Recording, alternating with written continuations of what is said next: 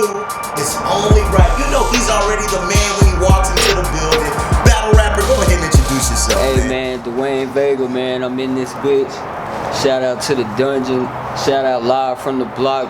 YTPC, man, salute, bro. Thanks for having me, bro. Oh, no problem at all. We already know how much of a fan favorite Dwayne Vega is, but we need to know how Dwayne Vega got into battle. You know, I always grew up watching, you know, like everybody else, Cassidy versus Freeway, all the old Fight Club battles. Okay, so mixtape, DVD, mixtape, Smack, all okay, that. yeah. You know, I was always a fan of that. And then, I think I somehow seen King of the Dot, so I was on a King of the Dot Facebook page, and I was like, hey, y'all come to Texas, you know, just saying some shit. And a guy named Bryce Fellow inboxed me, and he was like, come to Fort Worth and battle, and he, you know, told me to hit up OSAMA, so I hit up OSAMA, and you know, here we are.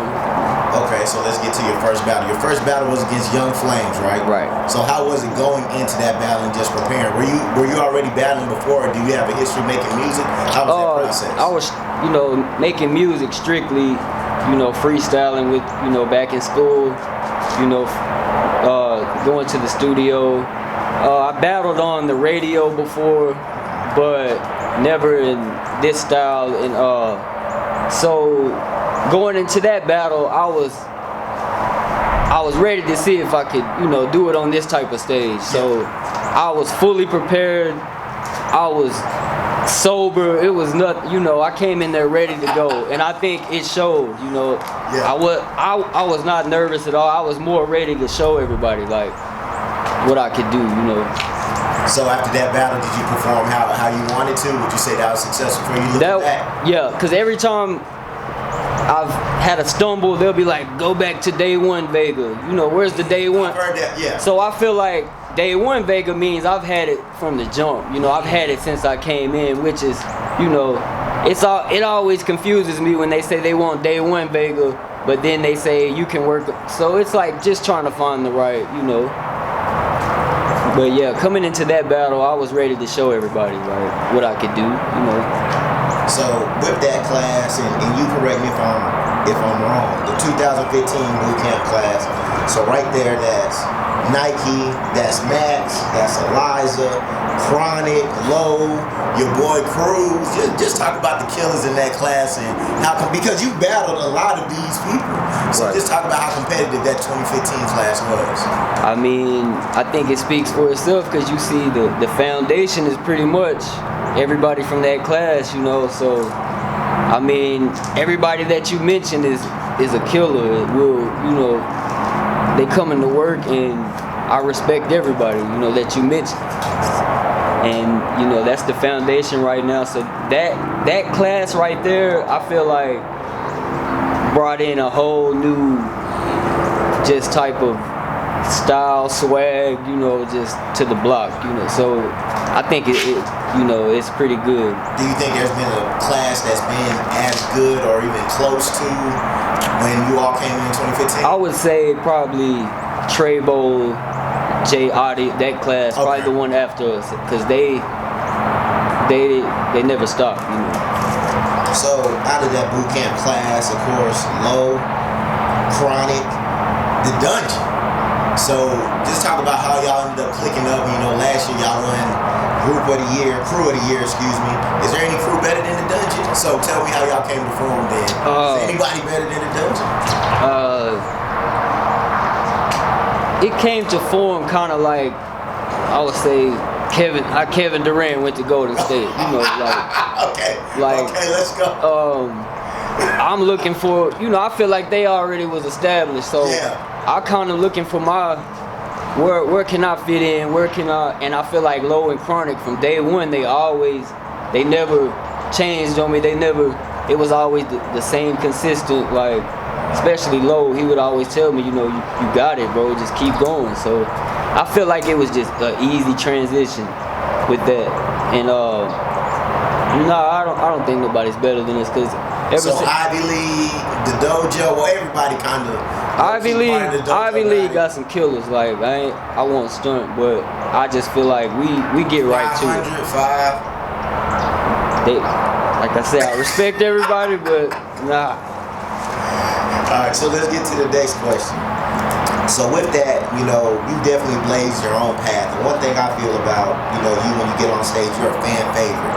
How do you think you're able to just lay that down? Especially you definitely made sure to say nobody that stepped on stage with you has more swag than you. You feel what I'm saying? Because it comes down to like my shoes gonna look better. I'm gonna be dressed better. I'm gonna look better, you know, and I feel like I'm already winning right there. So if I come in here and rap better than you, along with everything else, then it's like there's no way you can beat me.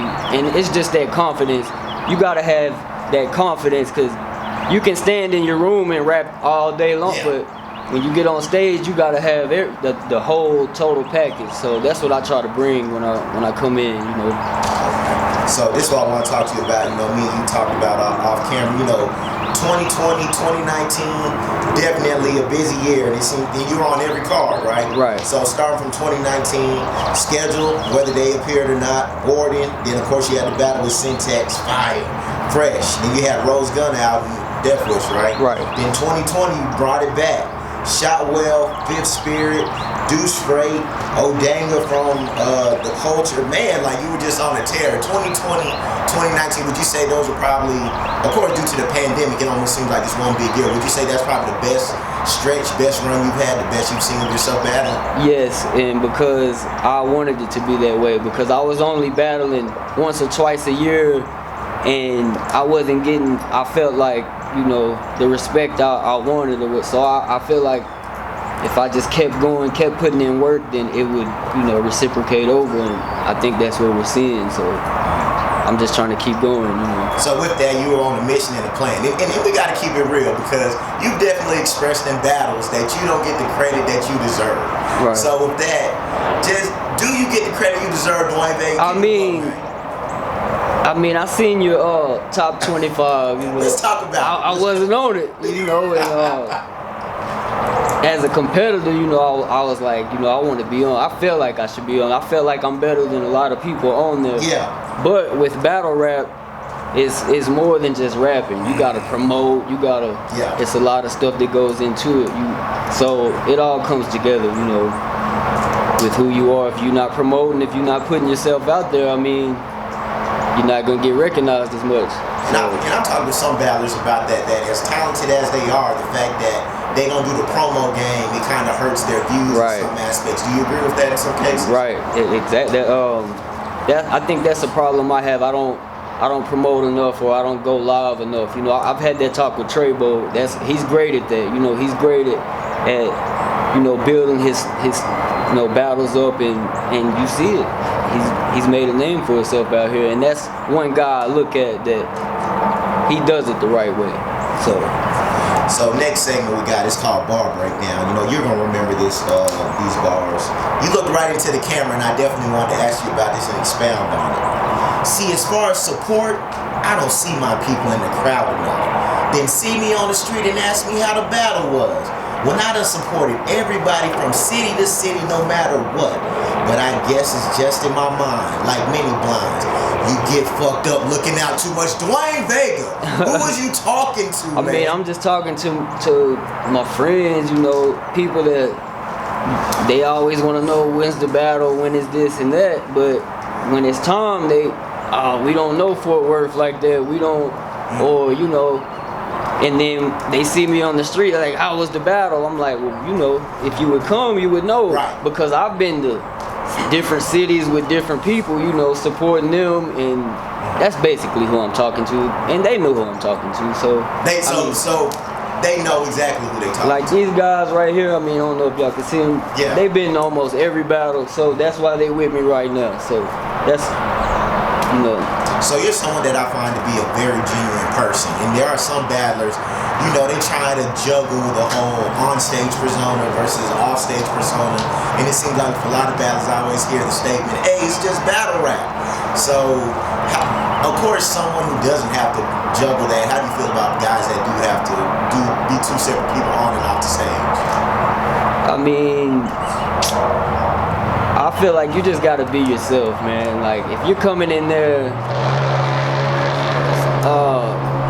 lot of it comes with the promo. That's what comes back to why I don't like the promo a lot in battle rap, because they think they gotta like troll and fake Photoshop your picture on, you know, or talk about your dead grandma or something, you know.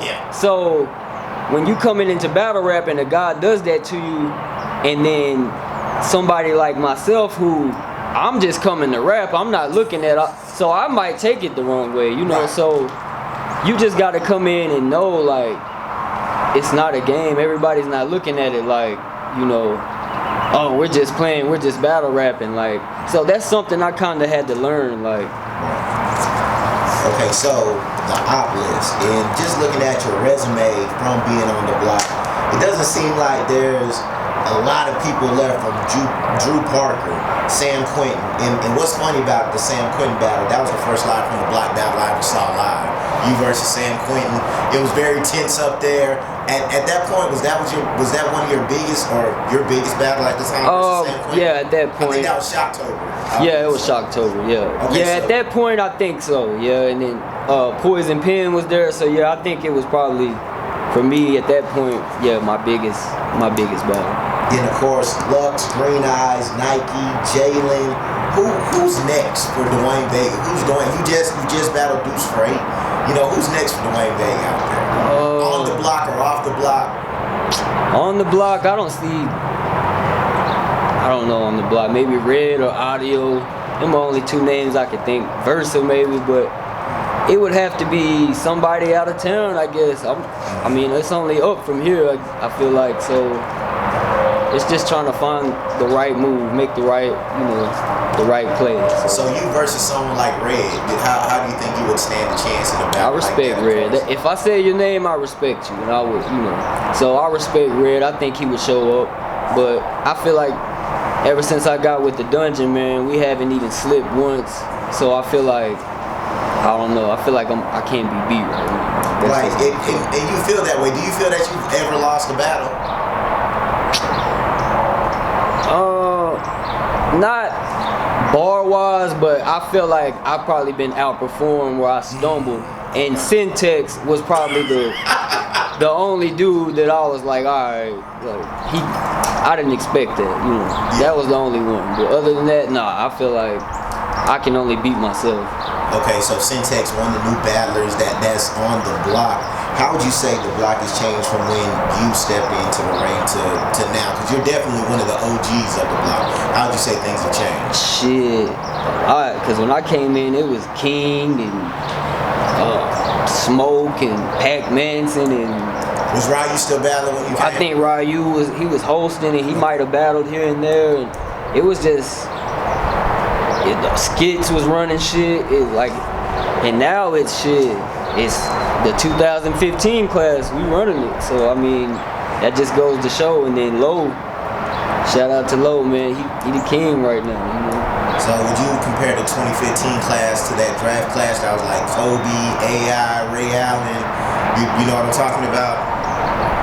I think we the 2003. Okay. LeBron, D-Wade, the Melo. You know, I think that's more accurate. Yeah, I think that would be a better one. Okay, what would you say are probably the biggest mistakes that battlers make, whether it be early on or just in general? They come in thinking they're rapping in the room, you know, like they performing. It's different. It's a different delivery. This ain't going to the studio and you mess up and bring it back. And then they don't take advice. You know, they don't listen to people. You know, they think they know it all, and then you get there and it's different. Have you seen some battlers that you try to give them the heads up on something and they don't listen and they fall into that trap?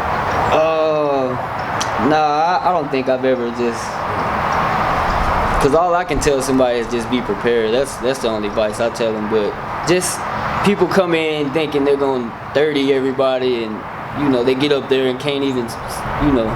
Spit. So it's about being prepared, and I think they got to learn that. Okay, so going on the road, the do's and don'ts of when you're getting ready to battle on the road.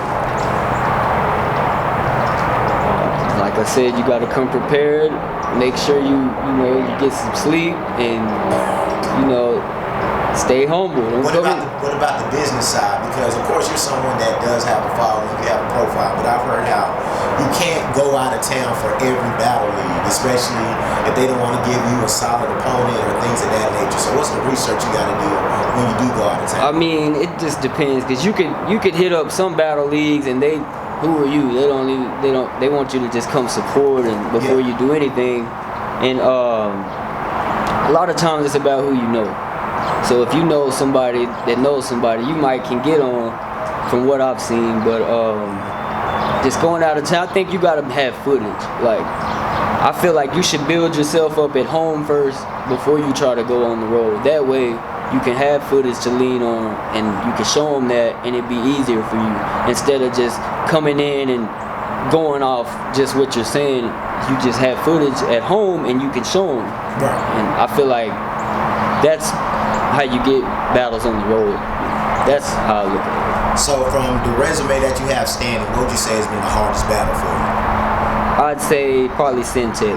Okay. Just because I hadn't battled in a year and he was on a mission. So when I got up there, he was spitting, he was snapping. So I was like, all right. And ever since then, I was like, never again will I let anybody come in there like that. So what would you say, what battle that you had the best performance? Like you look back and you're like, I was perfect that night. Probably my Shreveport battle on the road. Cause I was on the road, it was a different environment. Like my back was against the wall. I felt like I was in, so I felt like that battle probably. Okay, so before we wrap it up, there's a lot of people on the block that make music, and you make music yourself. So just talk about, the projects that you have coming up and what we need to be looking for. I got my SoundCloud, Dwayne Vega. I got probably 10 songs on there. We STC, Small Town Celebrities. We did songs probably in 2017, but I've been battle rapping, so I'm getting back to the music thing to have everything coming. Me and Santana Jones, we got a project coming out we're working on, so we're just putting out work, trying to get back to it with the whole 2020 thing, kind of put everybody behind, but it's a new year, we're trying to get back to it, so just be on the lookout for it. Hey, that's what's up, the Pavement Season 2, Dwayne Vega. Dwayne, get us out of here, man. Hey, man, shout out to Ron Murray, man, real YTPC, man.